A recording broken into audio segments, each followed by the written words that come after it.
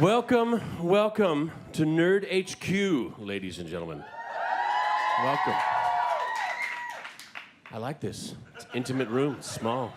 No empty seats in the front, just everybody get, I like that. Ooh, God, you guys are good. All right, here's what we're gonna do. We're gonna have a little panel here. We're gonna have you guys asking some questions. The way we're gonna do that is, we're going to have you put up your hand. One of our lovely and talented staff members on the side are going to give you a microphone. Once you have a microphone and someone's finished answering a question over here, you're going to hold your microphone up. They're going to pick you, and then you're going to give us your question. In the meantime, take as many pictures as you like. We're going to ask that you do no flash photography and no video. Don't worry, the video is taken care of by some amazingly talented cameramen. Thank you, gentlemen, ladies. With what I will tell you is some pretty spanky, technologically advanced equipment. Afterwards, we're going to have you stay seated, and the ushers will have you stand row by row and get you out of here in a nice, calm order. Unless there's a fire, in which case, right over the railing, guys. These are just curtains. These are just curtains. They will not stop you. I'll be tucking the chair right through there. Anybody who thinks they can survive the fall, you're with me. All right. Ladies and gentlemen, I'm a big fan of what these people have done. They've accomplished a great deal. Please welcome, with me, in no particular order, the Thrilling Adventure Hour. Ben Acker, Ben Blacker, Paul Thompkins, John DiMaggio, Josh Malina, Marc Jackson, Marc Gagliardi, Brett Cackowski, Hal Lublin, Andy Savage, Aaron Ginsburg, and Autumn Reeser.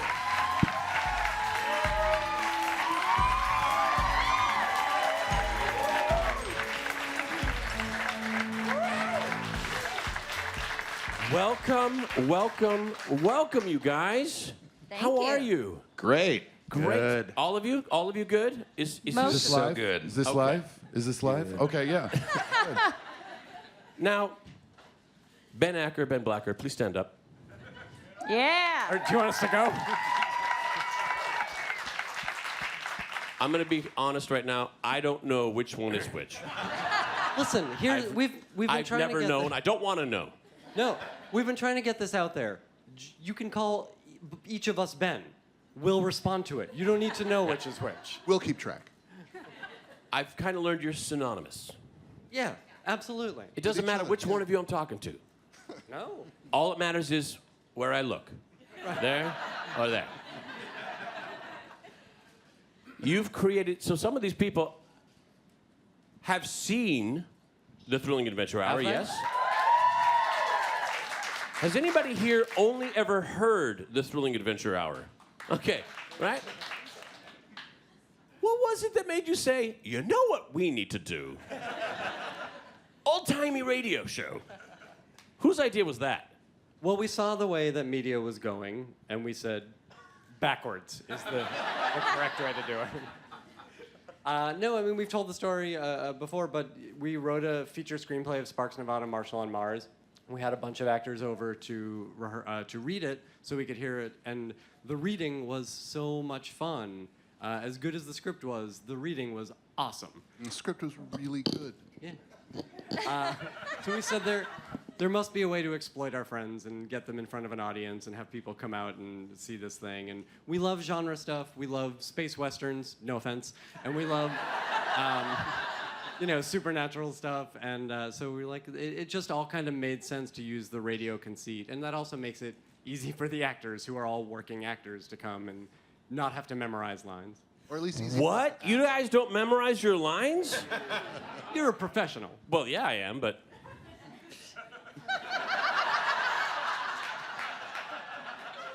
Annie, we'll talk later.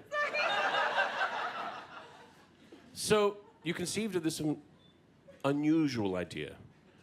And then, here's the next part I find quite amazing. Convinced a lot of people it was a good idea. How did you guys come to... Does anybody have something they'd like to share about how you came into the fold of this? I auditioned. I'm the only person to have auditioned. That's not true. That is in the cast. Other people auditioned. It was the third show, the third month, and they were looking for a girl to come in, and they read a bunch of us, and I nailed it. and I've been their problem ever since. I had to audition too, but it was lawn mowing, and I had to paint a house. That's what they do, yeah, for the celebrity. Oh, yes, okay. Yeah. That was weird. I'm sure there's some questions out here, burning questions in your heart, desires someone needs to know. Does anyone have a microphone yet? Does anyone have a microphone? Yeah, right here. Why don't we start right here? Hi, guys. Hi. Hello. Is it on? Hi. Okay, this is kind of like just the standard like cliche question, but I'm just always curious about this for everyone. Since it's a Nerd HQ and you guys have done the podcast and everything, I want to know what is like your biggest nerd passion? Like, are you like heavy, like I collect this comic book, or you're just heavy into a specific TV show or like something like that? Like, I know we have a lot of brown coats here, so you know you've got the crazy Firefly fan. So I just want to know like what is your like best passion? Let's start right here on the end with Annie. Well, I married a supreme nerd, and yeah, he's right there, and in the Superman hat. Get him. I'm a general nerd, and he has helped me get more specific in the comic book and gaming world. One of our favorite, so stupid. One of our favorite things to do is I watch him play video games. Thank you. Autumn? Yeah, same for me. I have a geeky husband, and we're the people who dressed up for Lord of the Rings when it came out. Like, we were literally the only people at the theater dressed like elves. Proud of it, damn it. I also have a nerd geek husband who is sitting right over here. No, my biggest nerd thing is oddly American presidential history. That is my serious nerddom. I will read an encyclopedia about Franklin Pierce. I will rock and roll that shit. Why are you making eye contact with me? Because you should start talking. Is that a challenge? Listen. I don't know about presidents. You win. Bring it. Congratulations. President fight. Congratulations. That's how presidents fight. Yeah. Capoeira. At Disneyland. They do this every 4 years. I grew up in a nerd household. My dad is right there taking pictures. Yeah. Hi, Bill. So I like Star Wars, comic books, sci-fi, fantasy, most television and movies, Dungeons and Dragons. Marvel or DC? I was DC when I was a kid, and then Marvel when I grew up. Yeah. And you put away childish things and became a man. I appreciate everything. Yeah, my bar mitzvah, I had to switch to Spider-Man. It's Jewish law. Over to me, my God.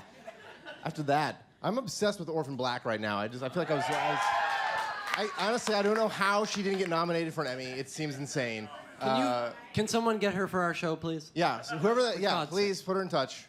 We'll do it. I guess Deadwood? I'll watch Deadwood. Oh, yeah, that's over good. And over Yeah. and over again. I'm rewatching it now. It's better this time. It still doesn't have an ending, you know. It just ends in the middle. Sorry. Spoiler. Oh, and I write a show every month where a robot fights a cowboy. Oh, no. So.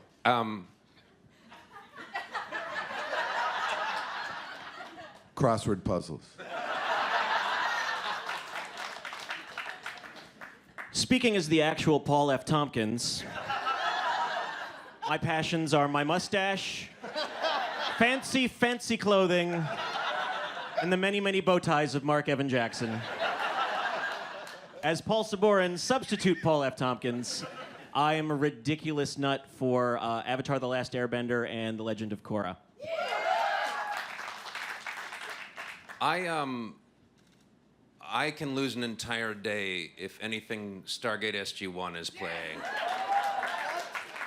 I've never said that out loud before. We still love you. I can't really compete with this nerd stuff, but I wrote a song called "Don't Whiz on the Electric Fence" for Ren and Stimpy, if that qualifies. And I also I TiVo Antique Roadshow. This is like the worst confessional of all time. And after a bubble bath. I feel like I'm learning way too much about all of you. It's been 8 years and I don't want to know this. You know, Ben and I always talk about, like, we learned to write by watching The West Wing and Buffy, and, like, these are the things that still get me excited. Nice. Mark? No, sorry, not Mark. Mark. Mark. You want to get the next question? Sure. Do you raise mics? What's happening? Who's got a mic? Who's got a mic? Who's got a mic in their hand? Is there a mic? Is there a mic? Who's got a mic? Who has a question? Who's got a mic? I have a question.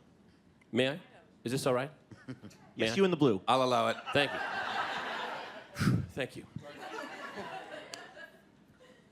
When do you know you're doing something right with a project like this? Your first audience could not have been a huge audience. It had to be friends and family. Yes? No? Yes? No? No? Yes? Were you there? Yes, you were there. Okay, good. You're rocking that shirt, by the way. I'm going to tell you right now. I love that shirt. When did you consider this a success?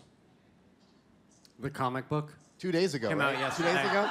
Premiered yesterday. No, I'm curious about this from the cast, actually. I can just say that I know that at first we were having to beg people to come, and as you suggest, We never begged people to come.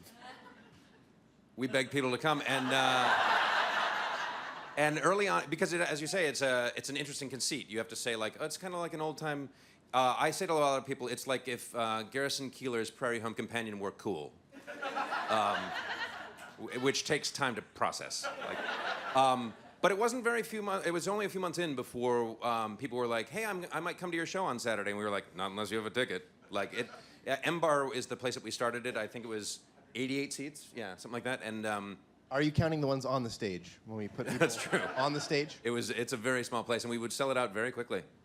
I feel like there's around that time there was that shift of. I mean, I've done, and I'm sure all of us have done a million shows where you're trying to get your buddies in. You've got 4 people in the audience. You're like, dude, come see my show. I promise it's going to be awesome. Come see the show. Come see the show. And there was that shift very early on where it stopped being us going to people and asking them to come see it, and people coming to us saying, "Can you get me tickets?" Which was kind of an awesome transition. Yeah. For me and Blacker, I want to say that writing the show, you don't know at the start if it's any good, if it's working, and then to get the caliber of actors that we have coming back, like these people will not do a show that they're not totally convinced is a good show, and these people are fantastic. So having them come back every month, having a Craig, and having a Paul F. Thompkins, you know, having the people on this stage like coming back. You're wonderful, sir. That's what told me we were doing it right. I feel like it was when the audience started doing the POW and the Sparks Nevada theme. Yeah. Without being asked to. They just did it. Yeah, and the show has gone through so many changes since the first inception. Like, we did Sparks Nevada, we broke for a musical act, so we had to change the set, and then we had a magician on, because You used to have a radio magician. Yeah, it was a radio magician, so he would explain his tricks, and I mean, we had all these. It was funny. Do you remember his He's name? no dumber than Edgar Bergen and Charlie McCarthy. Yeah, right? You remember the magician's name? Anybody? Derek Hughes. Oh, Prescott. Oh, Presto. Prescott? Oh, Prescott. Professor of Prestidigitation. Preeminent professor of prestidigitation. Sorry, I forgot a word. Dummy. President fight. Show them your shirt. Show them your By shirt. the way, this is my house He can't shirt. fight me. He has my face on on the his same belly. You've lost. Ladies and gentlemen, Mr. What? Paul F. Paul Thompkins. F. Tompkins is like, Eva. Jack Nicholson's here.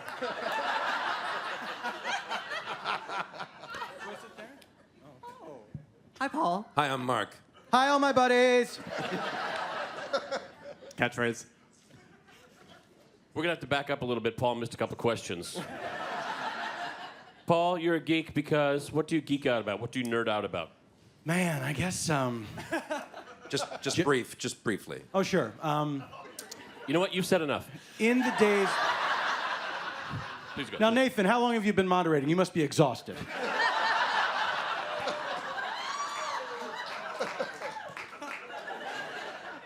Please continue.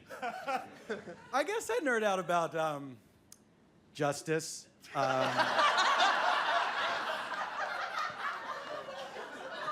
Love. Marc said Stargate. Did you really?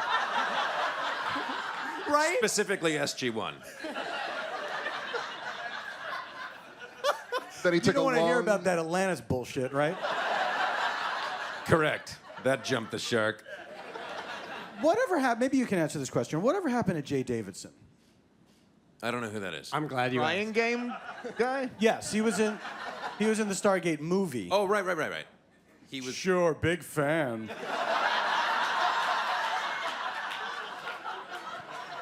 Well, if you were a fan, you would realize that they blew him up at the end of the movie, so he must be dead. Oh no. Ladies and gentlemen, Stargate's Jay Davidson. I don't know if you noticed, we hate hanging out together. It's the worst. Are there questions? Back to the. Oh, did someone? Yeah, please. Please. go People ahead. brought their own microphones. This is very, very handy. I know this works. Oh, it does. Well, okay. By the way, hi. Hi. I just saw the Hello. show live for the first time last night. It was really cool. But I just wanted to know Thank you. if you guys could play any characters besides the ones you do or be in any segments than the ones you normally are, what would they be? Why Good do you question. get so This is in excited trouble. about that? We're out of material. God,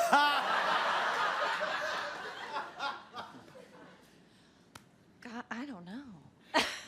I'll start because I'm on the end. Well, I'll say that I did play a character that I would like to see come back that I had forgotten about. In a Colonel TikTok, I think it was, where I played Kitty Hawk, who was in love with both of the Wright brothers. And she had an accent like this, and it was one of my favorite lines. A dinosaur. It's a Colonel TikTok. So a dinosaur shows up during while the Wright brothers are at dinner, and one of my favorite lines I got to say for that character was, "A dino what? A what-a-saw?" So the thing is, they can. I mean, you know, Kitty Hawk's not a person, so anything goes. I feel like I ask every month if I can play an Adventure Katir, just because I love that line in the Laserbeam theme song, "With the help of the Adventure Katirs." I just want to say that line. The answer is still no. No. I have, for 8 years, played a sidekick. It's my goal within the next year. I will be Sparks Nevada, Marshall on Mars. I mean, Croach the Tracker, Marshall on Mars. Neither, no. Yes, sir. Dream big, buddy. Well, I get to sort of play around in all of the segments, but it would be fun to. It's always fun to get to mix it up in Sparks. I don't do a lot of characters in Sparks, and that's always fun. So I guess I will say that. Aaron, you don't do a lot in the show. What do you want to do? I'm just happy to, thank you. Just to be on stage. I keep asking. They won't let me do it. I don't know. This year? Do you want to write it and we'll direct it? Yeah, let's do that. Let's switch roles. Yeah, Seems I'm in. good. Let's do it. I wouldn't mind seeing Dr. Vitus Brunhold come back, who's the original villain from the first Jefferson Reed. He did die, but that has never stopped us before. Yeah, I think we did another one where his brain had been preserved or whatever. So yeah, any Nazis, I'm always happy to do. You want to elaborate? Oh, I hope there's plenty of camera phone footage of that little soundbite. I love Nazis. What, the uniform, or what do you like about them? Just their beliefs and. I need you to say with more of the question in the answer. Just say, I like Nazis because. I also want to say, with the help of Avengers, so. Uniforms? I got to. I always enjoy visiting the Sparks Nevada universe, and I got to play Felton one time when Craig It was your wedding, right? You had to. You left for your wedding the next day. We were doing 2 shows that night, and Craig did, as usual, did Felton the first show, and I got to do it the second show. And instead of just doing what you would do, I did it as the character of E.B. Farnham from Deadwood. I was like, Marshall, hey Marshall, there's a problem with Murder Man from Mars. And it was so much fun, I didn't want to stop doing it. Like, that guy must love just walking around all the time. I would love to. I have an Adventure Katir character, and I wish he were in every single episode of Captain Laserbeam, because it's a good time. Do it. Do it. He talks like this. But Captain Laserbeam. But Captain Laserbeam, what would we do without you, Captain Laserbeam? That's your real voice. That's right. It's Jackson's. Rather than that affected deep voice he usually does as a bit. Thanks, you guys. I don't act in the show, but I would love to see more Yumbo. Oh, Yumbo, the cream of celebrant. Love to see Yumbo meet up with Beansy, who is, I don't know if people remember Beansy. Yeah, That is a deep cut. That's a deep cut. Okay, hardcore fans, look out for Beansy. Paul.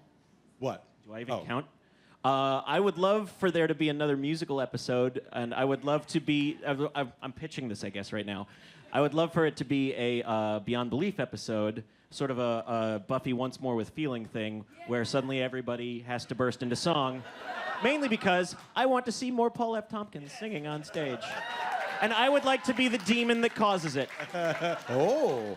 Wow. I would love that. I would also love to guide Paget through the terror of that at first. She will. Paget greets everything with, "That's impossible. We will never be able to do that." And then by the end of it, it's like, "We should do that again. We should do it again." She still comes to me like almost every month and is like, "I'm sorry, I was wrong. I'm glad we moved to Largo. I'm sorry. You were right. You guys were right." I don't know how the show's going to survive without people clinking knives on plates of food that they didn't want to order. Brings up an interesting point. Where did you start doing Thrilling Adventure, and at what point did you have to? We need a bigger venue. What point? When did that happen? We moved about a year after we needed a bigger venue. So you started? We started at M Bar, which is a 100-seat supper club. It was a great venue for a show starting out. We got our audience there.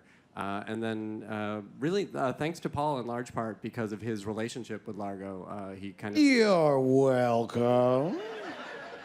They accepted us, and I was thinking about this actually, about your question about when we knew the show had kind of taken off. There were these watershed moments, and like about 4 years into our M-Bar run, it felt like we had outgrown it. And then a few months into our Largo run, honestly, the first time you did the show, Nathan, was when this audience who we knew would like our show were able to find our show because of you. So thank you.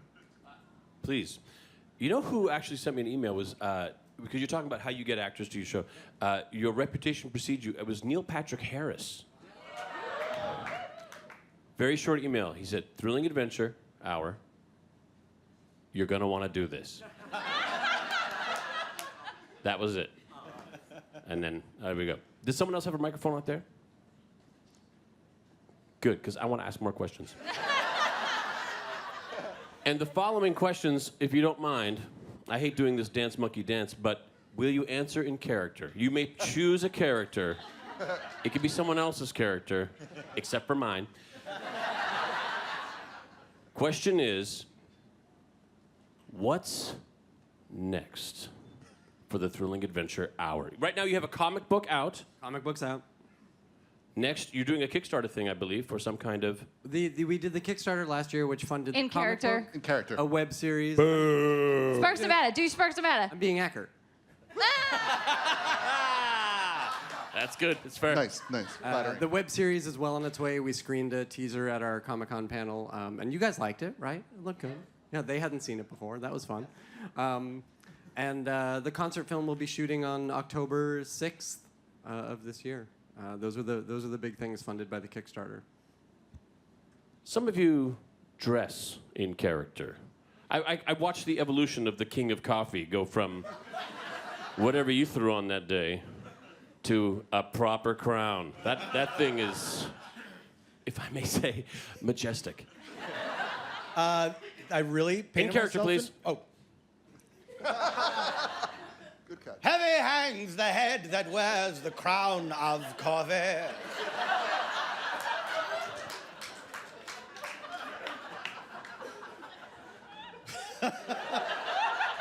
Wouldst my mane of hair be enough to project my regal elegance, but alas, base metals must do.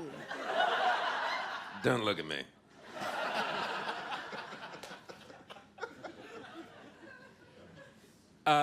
So, how do you decide when to dress up and which character you're going to dress up as? Well, if you're Autumn Reeser, the answer is always. Yes. Which I really appreciate, by the way. Yeah. And mostly hats? Mostly hats. Paget also. Paget's not here today. Where is she? En On route. her way. On her Lovely. way. She dresses up. She's got some outfits, that lady. She came in jodhpurs a couple times. Like, yeah, she's real for junk. reals. She is an eBay junkie. Like, seriously, she finds the most amazing stuff. Mostly, I'm just pilfering from her stuff. Yeah, so the Amelia Earhart Like, hat literally, is I her think I've hat, worn right? her goggles. Yeah, I've her worn goggles. 3 pairs of her goggles, and I'm sorry, Badgett, but I've lost them all. Is she watching at home? Terrible. She's not watching. She's not watching. She'll never know. She'll never know. She forgets. You guys don't say anything about the goggles. Say anything. all right? It's our secret. Our little secret, you guys. Internet. Shh. I gotta give Fillion credit because I rarely dress in any costume other than just a suit for the show. But I have a friend of mine named Dan Gilbert who's a brilliant makeup artist, and he came to me one time and he said, "Hey, I want to create a makeup for Croach," and I said, "Sure." And then I asked the Bens if I could wear it in the show, and they're like, "Yeah, sure, you can wear it in the show." So I went to his place and we did the whole It took like 3 days. We did a test. He molded my head. We did the whole thing. And it was the night that It took 3 days to put the makeup on? No. You, sir, are dedicated. I sat in that chair like this for 3 days. No, and then when it looked great, and when it came time to take it off, we're backstage and Fillion's back there. He's like, "Oh, you got to get this off before the end of the show? Great, give me a brush. Let's do this." So Fillion is back there taking my alien makeup off of my head, which you can see on your Castle season 4 DVD. Yes, we had some Castle people come do some backup, some back behind the scenes. Yeah, they were doing a behind the scenes thing there that day that I happened to be wearing the makeup. But that was very nice of you to help me get out of that so I could get back on stage. I've been there, man. You know, you feel it. You feel it. Molly Quinn has also come and joined your cast on more than one occasion. She'll be in tonight's She's in show. tonight. Where is the show tonight? When is the show tonight? Tonight we are doing 2 shows, 7 and 9:30 at the Horton Grand Theater, and they're sold out. Sorry, guys. I was gonna say. You know, I knew you were successful when I couldn't get tickets. Sorry. I had to get Marc to sleep me in the back door. You're welcome. Thank you. Yeah, I remember Colin Hanks did the show a couple times, and he was saying backstage at one point, yeah, I had to buy my wife a ticket. They couldn't even, there was no comps, there was no, we had to work something out and get a ticket for her, and it's crazy. It's, you guys are great to us. A very entertaining show. I love all the Lazzi, all the stuff in between, the expressions, the shared looks. I gotta say, when I'm listening to the podcast, I hear people laughing, but I don't know what they're laughing about. It seems to me, I certainly do enjoy the podcast, but the experience on stage seems to me to be that's the core. I wouldn't want to miss it. I always feel bad about that stuff, always. But it's hard to be in front of an audience and not do some mugs here or there, and especially when it's people that you love playing with, it's very difficult not to get. Because if somebody all somebody has to do is start it, and if somebody starts it, someone else will immediately join in. It's not like the other person will deny and be like, "Guys, no, we got to think of the podcast audience." We did a little last night. We had a little stare down during Moonshine Holler. It was really fun, yeah. What was the thing in New York? we did nodding at each other. Mark and I Nodding at did each nodding other. at each other, like a sort of good Works day great. nod. Works great on podcasts. It, how long? For like 5 minutes? Yeah, we just kept nodding at each other. And then everybody just started nodding at everybody on the stage. Yeah, You guys were all playing, dolls we or were- something? Yeah. Robbie the Roughhouse. Robbie the Rough. Robbie the Roughhouser, and it was like 20 dudes on stage doing the exact same voice and nodding to each other. I gotta say though, I kind of like the stuff that isn't for the podcast that you can only get on the stage. Because I think it's great that there's stuff that for our audience of a few hundred that come to see the show live, they get that extra thing. And also, radio is a medium for the imagination, so. You just assume that something funny is happening because you hear an audience. And you're like, Imagine in my something brain, funny this that is you what can't they did. see is going on. Yeah, something funny happened here, so I'm gonna think of something funny, and all these people are laughing at it on my radio. And this is also why we want to do the concert film. Is there are people who are never going to get to see us live, as much as we're Not as long as I have breath in my body. We'll bring out the list later, but there's a list of people who will It's not a never long see the list. show live. It's a short list, but They there are know some why. As much as we're trying to travel with the show, and we're going back to New York in October, there are people who just can't get to them. So the concert film will hopefully give people a taste of what the live show's like. Is this something that people will be able to get on the interweb? We don't know. We're figuring it out. If you backed our Kickstarter and bought it, you will absolutely get a copy of the DVD, which will be loaded with extra stuff. And then we're going to talk about distribution for the concert film. So certainly there is going to be a DVD. How do I get my hands on? Do I have to write to the Largo? I'll sneak you in the back door. Did you? Buddy, you're with me, buddy. Thank you. Friends of show will get them. Yeah. Colin Hanks' wife has to buy one. She's on that list. She knows what she did. Sorry, I don't want to monopolize. There's a lovely question right over here. First, Paul, can you give me the name of your South American tailor? Because that is a radiant suit. Amazing.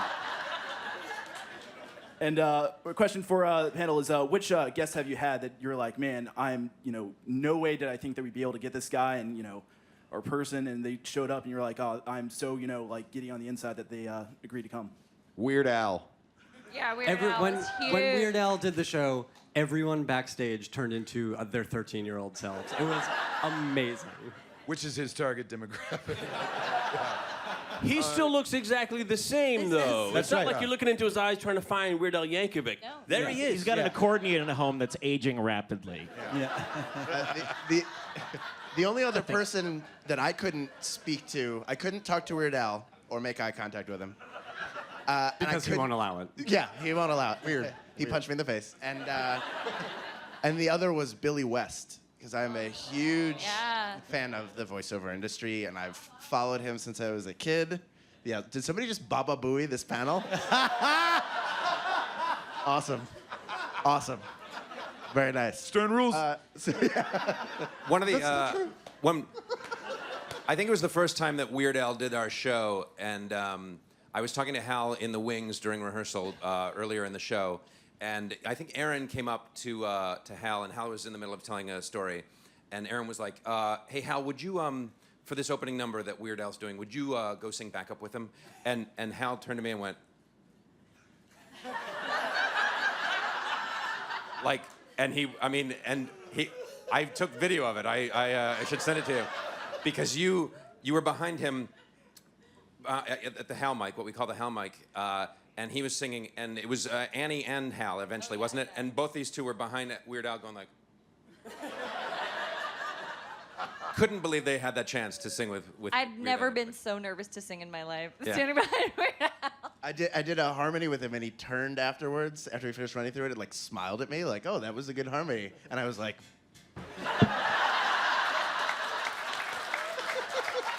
"That was it, done." One of the answers to your question is Nathan Fillion. Absolutely. Absolutely. 100%. Absolutely. That was a seminal we're nerds. moment in the show. Zach Levi. And yeah, absolutely. Another funny story. There are things I'm not caught up on in the geek world. And a few months ago, we had a Stargate SG-1 asked me anything. But a few months ago, we were at a rehearsal, and I met a nice Scottish woman who was coming to play with us. And you met her. You didn't know she was going to come play with us. Right. Yeah. Yeah. I had no idea who she was. I thought maybe she was a Kickstarter backer. So did I. Oh my So God. did I. Yeah. Oh my God. It was Karen Gillan. Karen Gillan. So she came out. I think it was TikTok. Was it a TikTok? It was TikTok. She came out on stage, and the audience lost their mind. And I was like, she is a popular Kickstarter backer. You still didn't know? But tell Gags, tell the story of what she asked you later, because Weird Al was there in the same show. What? I don't remember this. So Weird Al and Karen were in the same show. Oh, she was super nerding out about Weird Al. Oh, I thought No. said, now who's this Weird Al? Yeah, she had no idea. She had no idea who Weird Al was. She's too young and Scottish. I don't know. I drink a lot of scotch backstage. I don't know what happens. Nazis. Right here, please. Hi. As one of those people who has not yet been fortunate enough to see the live show, all I know about the commercials are the few clips that you've released on your podcast. So besides Patriot brand cigarettes and Work Juice coffee, have there been any other products that you have done or that you hope to do in the future? Yeah, Work Juice. There have been a few different Work Juice products, right? There's spin-offs of Work Juice. Yeah. And Patriot. Patriot Elites. And a lot of those, I will say this because, and Ben has a real answer to your question, but in the comic book, the design was done by, what's his name, Scott Newman? Yes. And he like incorporated a bunch of the ads that we do in the show, and it looks amazing. Like it's so cool, and it feels like it's part of that world still. But the other ads we did. We have done ads for a Mother's brand milk. It was the creepiest ad. Forgot about that. So gross. So gross. Take a cake break. And Sweetie Pie cakes. Yeah. Come on. Take a cake break. Sweetie Pie cakes. That's my favorite, The actually. notion that in lieu of a cigarette in the afternoon, go eat an entire cake. Take a cake break. I will say one of my favorite things ever in the show was one of the commercials, which was the Supreme Court. It was. I think we were it was right. I think that one went out on a that one went out on a podcast. It was Patriot brand cigarettes. Yeah. It was my first day on the Supreme Court, and I was real nervous. But the line, well, they called a recess, and we all went outside. I was like, that line. That is so dumb. Funny. Hey, Make me laugh. new guy, what's your name? Simon. Welcome to the Supreme Court, Simon. It I'm really warms my excited heart for- even now to hear you say that. The first ad tonight is a King of Coffee ad. I think it's really funny. I'm excited to do it. I love personal favorite for me is the Philadelphia story. Yes. Paul and I are both from Philadelphia, so it's Benjamin Franklin and young Page. And I don't even remember. He's signing the Declaration of Independence. And That's right. We got to do our real voices. two of us doing horrible Philadelphia accents. Yeah, it's me, Where we're Benjamin both from. Franklin. Yeah. I'm over here by this great big bell. You just put a crack in that bell, you dumby. You just mean I improved it. They're the worst. I can't get through it. I can't get through that because it. We never got through that without laughing. No, never. We touched on it a couple times. I just want to be specific. So the Kickstarter, one of the things was the comic book. It went on sale when? It was previewed here at Comic-Con, Right. and I think the Archaea booth still has some, and we definitely have a bunch at the Horton Grand Theater. So if you're coming to the show, you can pick it up there. Where's the Archaea Booth? Archaea Boom Booth is number 2229. 2229. Yeah. Which on your phone spells baby. He knows that off the top of his head, you guys. It does. I'm also a nerd for phone number words. That's my other nerd thing. And then it'll go out. You can pre-order it from Archaea right now from their website, archaea.com, and it'll go out to the public in, I think, the end of August. Late August, available. yeah. And Listen, Kickstarter backers, we want to get it to you. Karen Gillan, listen. There are 2,000. You still don't know. He doesn't know. You won't know. He knows- refuses to know. He knows here. There are 2,000 books to ship out, and we're going to get them all out to you in August and September. And it's like the crazy artwork that Hal and Marc did, and like all the photos and everything. They're all getting shipped together. There's an issue of Thrilling Adventure online. Yes, digital. you can get on Comixology. It's a digital preview. Digital preview. Yes, it's 2 stories. It's 2 stories. Yeah. Go ahead. No. What? Do you know which stories they are? Sparks Nevada is one. And Philip Fathom is the other. Is the other one. So there's also a Colonel TikTok in there. Is there? Yeah, there is. I think it's free. Is there? There is. Oh, okay. Yeah, so go to Comixology. You can get that. Hi, guys. Hello. Oh. Hey. Hi. Hi. Dude. Hi. I'm really interested in voice acting, and I love it, and I wanted to know how You're you guys... in the show. Just that simple. Yep. Sorry, Hal. See you guys.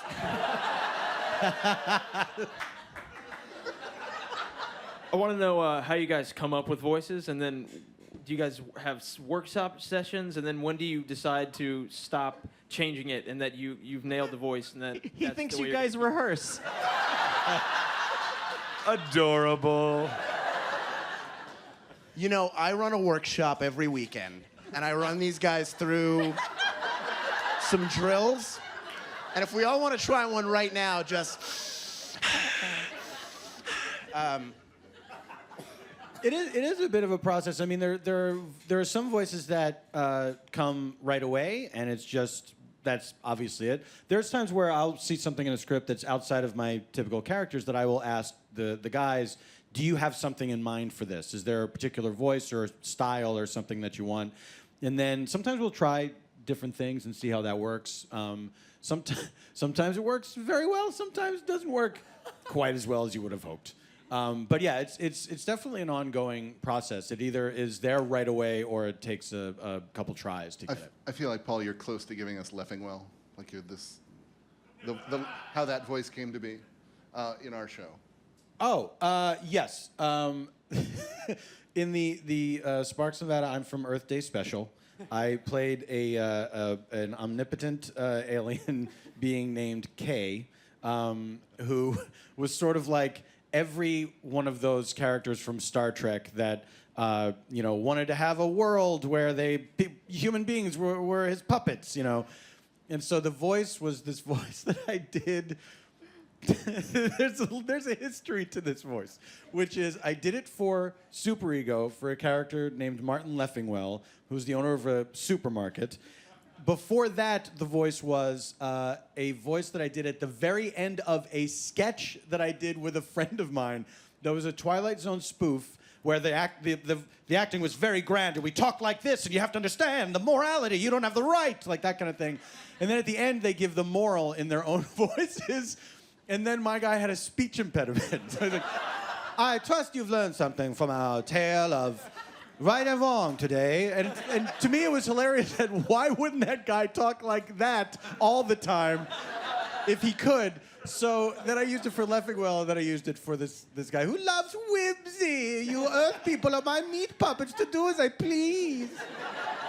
There's a lot of, we'll see actors do a bit in rehearsal or whatever. Wow. And we'll put that bit in a thing. Marc Evan Jackson's Adventure Katir came out of, I saw him do this character in an improv years before. I don't think he knew that I'd seen it. And we put him in... How's that make you feel?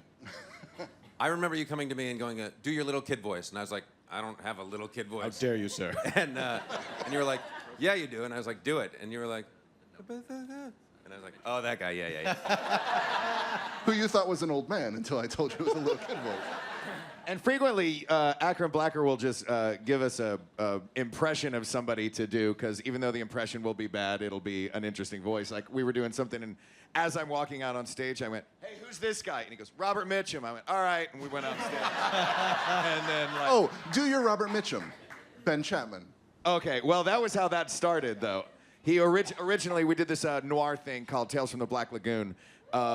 And yeah, Black Some Lagooners out there. Some Lagooners. Lagoonatics? Lagoonies.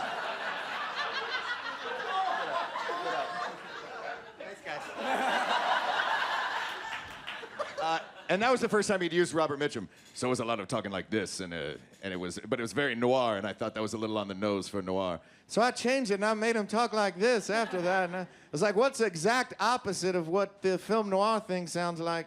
So sometimes it's just, screwing around with different weird combinations of voice and tone. I start with my own voice. The end. And stay there. Full stop. And change it not at all.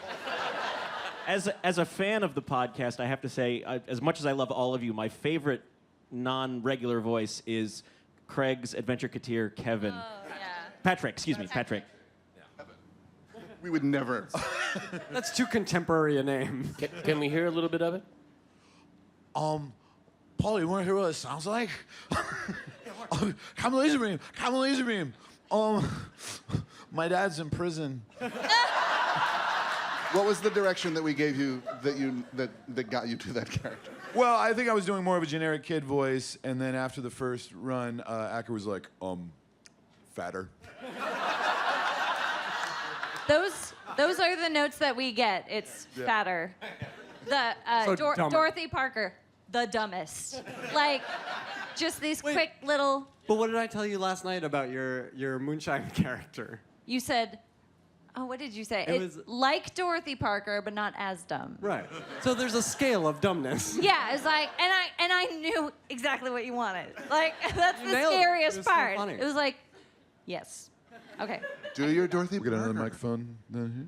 Dorothy Parker smash!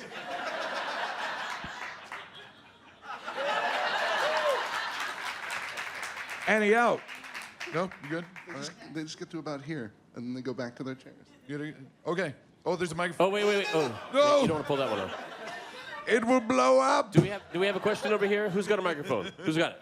Kill Please time. hold Talk on. about Please, Nazis. please It's stand rigged up. to blow. Hi, guys. Oh, hello. Hey. Hi. What's up? I'm seeing the show tonight. I'm really excited. Yeah. Yeah, you are. It's true, I am.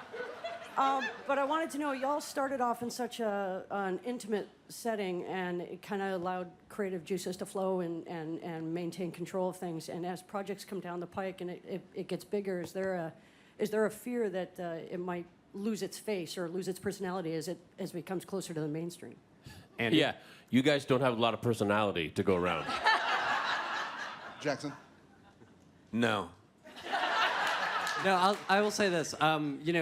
When we've talked about this, but working with the artists on the comic book felt like the same kind of collaboration that we have with the actors on the stage show, and is as rewarding. And with the director on the web series, and with the director on the concert film, like, we're seeking out people that we know and we love their work, and so these collaborations are only great. I don't know if it's been said before I got here, but it is. I forget sometimes what a collaborative show it is, and we all talk together about it a lot. And it's all about creativity, and it's just exciting and it's fun to do this on a regular basis and to work with these people on a regular basis and find new things. And we're always looking for new things, and we're always looking for, new ways to go with stuff. And it's.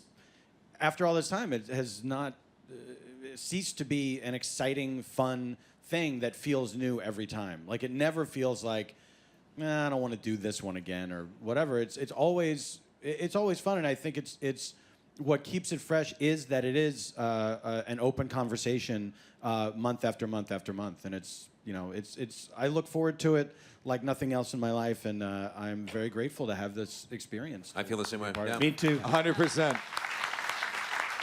Yeah, we do too. 8 more years. 8 more years. 8 more years. And I feel like the rehearsals that we have also keep it cool and intimate and small and fun, because for 8 years now, Ben Blacker's wife Julie has been cooking and baking the most delicious treats for our rehearsals. And Blacker. Blacker bakes. Really, right? And Blacker does as well. Oh, I just assumed that Julie... Men can bake. They are both amazing. There's They're always both good excellent treats. bakers. there's always treats at rehearsal. Again, speaking as someone who just occasionally flies in, and I'm sure Nathan can speak to this too, on top of everything else, I mean, it's very easy, having been together, 8 years at this point, they could very easily just sort of be this closed clique, and as someone trying to come in from the outside, it could be tough. And to a person, it's all such a supportive, open, welcoming group. It is just such a blast. It is literally a treat to come in and be a part of it. And I wish everyone could have that opportunity, but you can't. So it's just going to be me. That's the other list. But I genuinely thank you on behalf of all the guest artists. That's why they come back, I would think, because not only is the writing great, but you people are so great to work with. It's just incredible. Thank you, Paul. Paul. That is true. As an outsider looking in, my experience is that you guys, it runs like clockwork. There's nothing that happens that you guys can't handle. Oh, yeah, no problem. Don't sweat it. You're overthinking it, Nathan. Don't worry. You guys are very kind. You're very welcoming. You run like clockwork. And I'm going to say, I had a moment when I was on stage my very first time. The Work Juice anthem, I felt patriotic.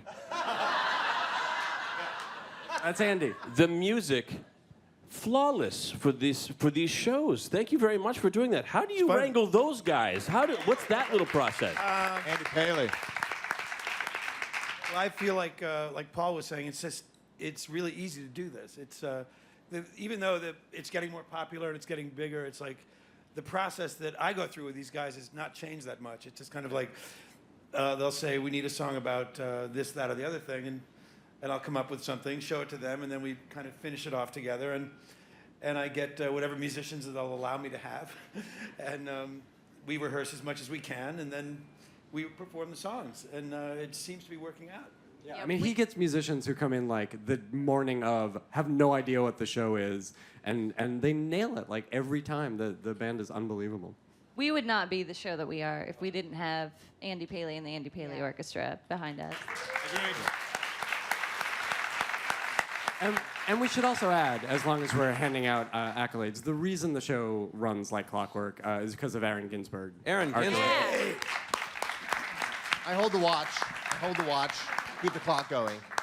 No, it's obviously the cast is incredible, but like, I remember when I first joined the show, which was a few months in. I can't remember exactly, and it was this like giant bowl of talent that was just like a bit of a mess. A messy bowl of talent. It's a messy talent bowl.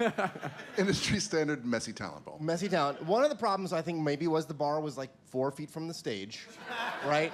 At M Bar, so it was very easy to like do a character and get a drink. Miss those days. Miss those days. The bartender, I should add, first name basis with everyone except Mr. Jackson. Yes. You know what? As it We were discussing the Marc Evan Jackson 1 Minute Mystery. Oh yeah. Car on the way over Which here. was like Fantastic. the drunk Jackson character who would come up on stage and he would have a minute mystery like on television. He would go through the whole thing and then just tell you like, you know, a woman arrives at the hospital and her son is there and she said, I can't operate on this person. That's my son. Turns out she was mistaken. And then it's a long story. It was incredible. Like we missed. That was like an M Bar, a very M Bar specific bit because you would see Marcus at the bar. He's coming up on stage. They would frequently write outlines to scenes like that, which would be, if you need me, I'll be at the bar. Yeah. Which we was, did lines from the bar. Remember, you would be standing at the bar doing. That's how close the bar was to the stage. The bartender kind of became a character himself. Absolutely. We had Unwittingly. a line in the opening song. In the opening song, it was this here bartender's helping us pour over our lives. Yes, that's right. Literally was a character. That song's been retired and never will come back. Ooh. You guys have come a long way. Now you have to walk 20, 25 feet to get a drink. There's doors. We have interns now to get us drinks. Oh, it's all backstage. It's all backstage. Ladies and gentlemen, I'd like to thank the Thrilling Adventure Hour. Thank you, guys. Thank you, Nathan. And thanks to Nerd HQ. We love these guys.